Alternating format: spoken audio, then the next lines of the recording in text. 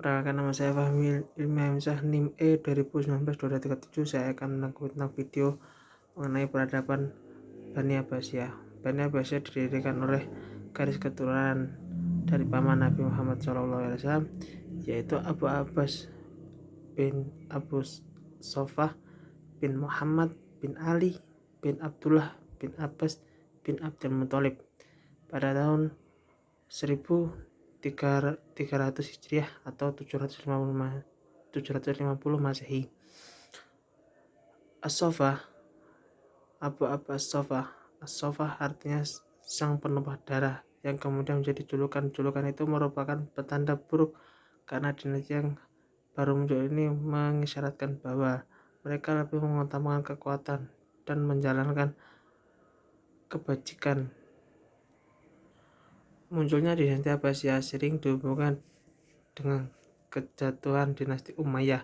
Dalam satu hal terdapat perbedaan yang dasar. Dinasti Umayyah terdiri atas orang Arab, sementara dinasti Abbasiyah lebih bersifat internasional. Dinasti Abbasiyah merupakan kejayaan orang Islam baru, tempat orang Arab hanya menjadi satu unsur dari berbagai bangsa yang membentuk kerajaan itu. Kekuasaan dinasti Abbasiyah berlangsung dalam rentang waktu yang panjang, yaitu selama 5 abad. Selama dinasti ini berkuasa, pola pemerintahan ditetapkan berbeda-beda sesuai perubahan politik, sosial, dan budaya. Pada tahun 132 Hijriah sampai 232 Hijriah disebut periode pengaruh Persia pertama.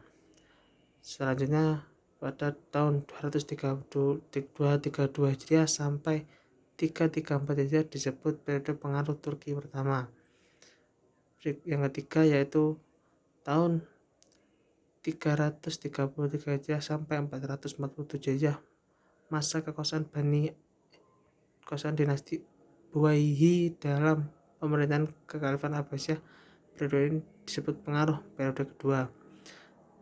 Periode keempat pada tahun 447 Hijriah sampai 590 Hijriah, masa kekuasaan dinasti Saljuk yang disebut dengan masa pengaruh Turki kedua. Periode kelima yaitu tahun 590 Hijriah sampai 656 Hijriah disebut masa kekhalifahan bebas dari pengaruh dinasti lain, tetapi kuasanya hanya efektif di Baghdad. Pada masa pemerintahan Bani Abbasiyah, kegiatan perekonomian bertambah maju seiring dengan perkembangan zaman, sehingga kekayaan negara bertambah banyak, meskipun pada umumnya tidak berbeda dengan kegiatan perekonomian yang dilakukan Bani Umayyah. Beberapa kemajuan dalam berbagai bidang kehidupan dapat disebutkan beberapa berikut. A. Di bidang agama. Kemajuan di bidang agama antara lain dalam beberapa bidang ilmu, yaitu ulumul Quran, ilmu tafsir, ilmu hadis, ilmu kalam, bahasa, dan fikih. Pada masa dinasti Abbasiyah lahir para tokoh-tokoh di bidang fikih dan mazhab. Di bidang fikih ada tokoh Imam Abu Hanifah, Imam Malik, Imam Syafi'i, Imam Ahmad bin Hambal. Di ilmu tafsir, perkembangan ilmu tafsir pada masa dinasti Umayyah mengalami macam besar. Ahli tafsir pada masa dinasti Abbasiyah antara lain Ibnu Jarir At-Tabari, Ibnu Tahiyah Al-Andalusi, Ibnu Muslim Muhammad bin Bahar Fahani. Ilmu hadis juga memiliki beberapa tokoh yang sangat terkemuka, antaranya itu Imam Bukhari, karyanya yaitu Sahih Al-Bukhari, Imam Muslim yaitu Sahih Muslim, Ibnu Majah yaitu Sunan Ibnu Majah, Abu Dawud karyanya yaitu Sunan Abu Dawud, Imam An-Nasi karyanya yaitu Sunan An-Nasi, Imam Baihaqi. Dalam ilmu kalam, kajian para ahli kalam adalah mengenai dosa, pahala, surga, neraka, serta perbedaan mengenai ketuhanan atau tauhid yang menghasilkan suatu kajian ilmu, yaitu ilmu kalam atau teologi. Tokoh-tokohnya yaitu Imam Abu Abbas Al-Asy'ari dan Imam Abu Mansur al-Mutariki.